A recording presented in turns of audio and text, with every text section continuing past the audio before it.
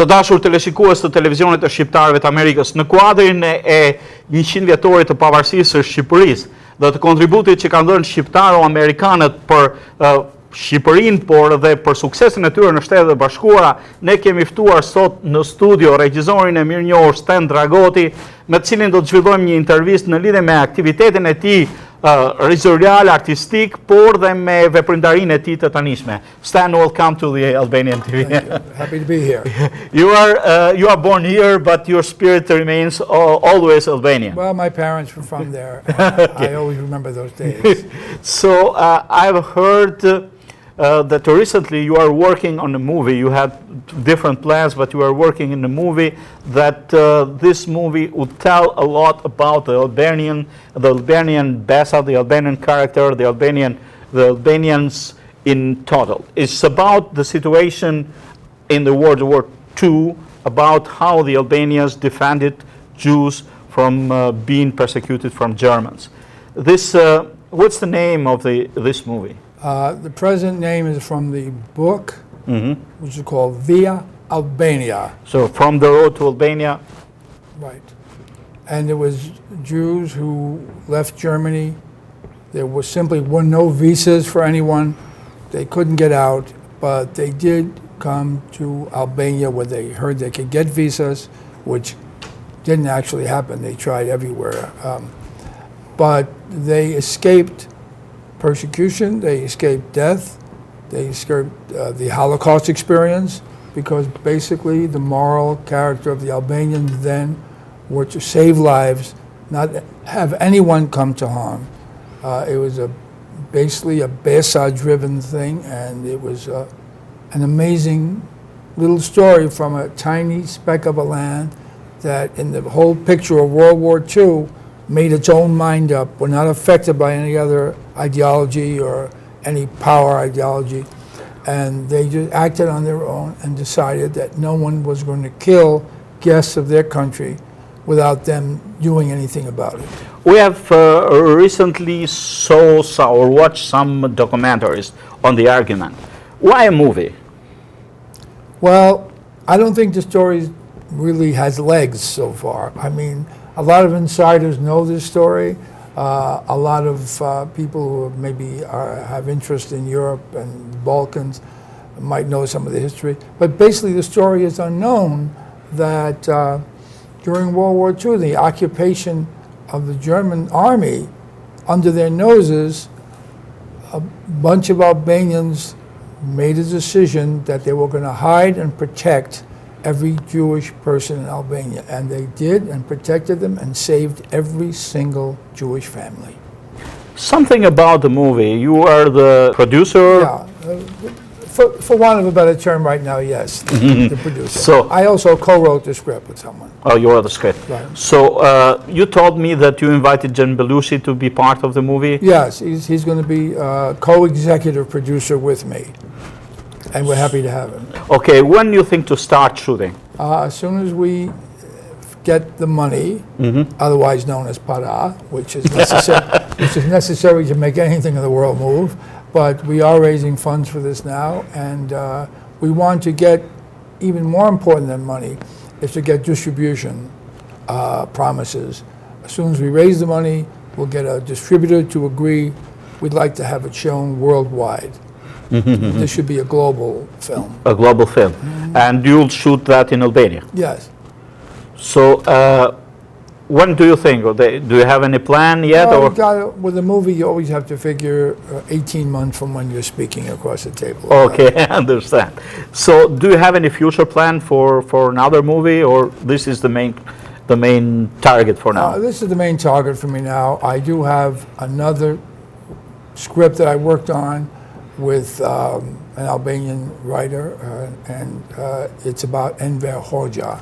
And it's very interesting. It involves an Albanian-American boy in World War II who was sent to Albania and meets up with Hoxha and becomes enchanted with him and likes him, is assigned to kill him, if necessary to assassinate him, cannot do it, and flees the country And it's a very interesting movie of From the ideologies. Albanian writer Peter. Peter Lucas. So he's a good friend of yours. Good friend of mine, I think a great Albanian treasure, Peter Lucas, a great writer. He really is. So have you written the script for this? Yes. Oh, the script is ready. Yeah. But it will be very, very interesting. I think it'll be extremely interesting, yeah. So you have a big project about a movie for Skanderbeg, or is it? I've been approached, but there are lots of Skanderbeg projects being done out. I mean, that are being written, and the first one to the screen is always the winner. But I would love to do it. But right now, my target is the movie about the Jewish. What do you think? How the Albanians treated Jewish during the World War II is important for the audience of nowadays? Well, I think there's several reasons. Number one, this is maybe sounds a little decadent, but it's a feel-good Holocaust movie. Nobody dies. Not one Jewish family is wounded or hurt.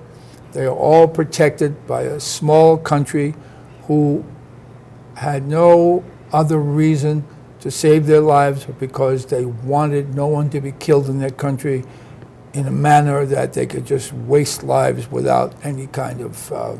It's a very, very promising and wonderful story to tell in this lifetime, especially since I don't think anyone, maybe within this building only, really knows this story that well. And it's different from other Holocaust films. So for Schindler's List or from Benigni's movie, I guess that is some... Schindler's List was an amazing movie from an amazing director. But this is just different because it tells a story of a people, a single-minded story of a people, their mindset in the middle of a global conflict, and how they decided it was not going to be done here. That's valiant. This year is the centennial anniversary of the proclamation of the Albanian independence. What does it mean, 28th of November, for you as an Albanian American or an American Albanian? Well, I went to a lot of parties since I was this high, every anniversary, every year. My father was quite involved in Albanian politics. But as a feel-good thing to me, I mean, these people survived all these centuries, survived all these years, come from a part of the world that is not really understood greatly, and there was, I think, a lot of mystery about this part of the world. And Albanians are survivors, and they are good survivors. I mean, it's hard for me to go anywhere when someone doesn't whisper to me, or I don't whisper to someone, "Ti je Shqiptar," and they say, "Po," and that's it.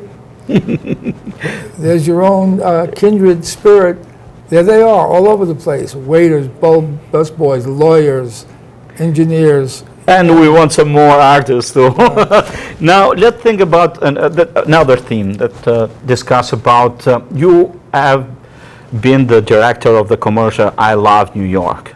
We are in Detroit.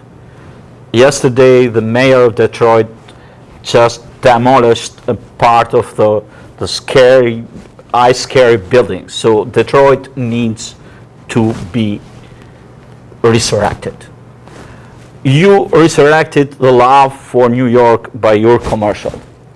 What do you suggest to the governor or to the mayor of Detroit? What needs to be done from the ad standpoint, from creating the atmosphere of a good, this can be done, Detroit can be resurrected? Well, first of all, I'd like to just go back to the beginning. I did not just direct the commercial file. You have done everything. No, I co-created it. So yes, I know. I just want to get that clear. And the reason I'm getting that in is because it has to start with the creators, whether it's the ad agency or several consultants that they get. They have to take a look at this like any other business equation. What kind of problems does Detroit have? Does it involve a 5-year plan? But it needs a vision of where to take this city. It's a great city that this is. I've been coming here since World War II. I was a little tyke. where to take the city and transform it back to its old status, a very important status, and I think bring it into the future of this country. And it just needs a business plan and a vision and an understanding of how they can attract business and attract numbers and attract more depth into how to bring masses back to the city. Mindset, how to get clients to want to spend money here, and how to get employment risen here. And I just think that like any other problem in marketing or advertising, this has to be looked at like a business, and this is how we did I Love New York. There's an emotional thing involved, and it always has to be an emotional thing involved, otherwise it would be easy to do. It would be like a business equation. But aside from solving all that, you have to bring an emotional quality. I Love New York was written, I love New York, because at the time that we did it, which is very important, everyone was saying on everyone's lips, I hate New York, don't you? That was, so we just reversed the paradigm. We said, why are we shaking? We have great museums, great restaurants, great theaters, Central Park, the Bronx is up, the Battery's down, subways going, a hole in the ground. I mean, this is a great, great city. And we acted with pride rather than defense. And we found out through hard research, which was going to take from Detroit, people were afraid to come to New York, out-of-towners, because they thought maybe the theater tickets would not be honored, their hotel reservations would not be honored, they would get lost, it would be confusing. And we had many, many meetings with cab companies, railroad executives, theater owners, who also the top hits of the day in theater, how to market theater buying from outside the city of New York to come to New York, be assured their tickets were there, make sure there is a program, the I Love New York theater program, that it gave it legs, it just gave support to it. And this is how this has to be worked, from the inside out. And I told several aspiring politicians when I was last here that this is a project that has to be done. Now, it came close a few times on the air. I saw a few commercials. The one was for Chrysler, and one just said "Made in Detroit," and it was uplifting, but they didn't. I mean, it was not part of a campaign. It didn't run. This thing has to run for a while, and I think you'll find the happiest people of all will be Detroiters, who I think need to be slapped on the back and told that it's a wonderful city, that has wonderful opportunities for so many things, and they have a great baseball team. I mean, you can't ask for much more. Thank you very much for your interview, for your kind interview, and for helping Albanians here, especially the candidate for Dragoti, who want to be elected as a congressman with your ad. Thank you very much for being in our TV. My pleasure. Pleasure.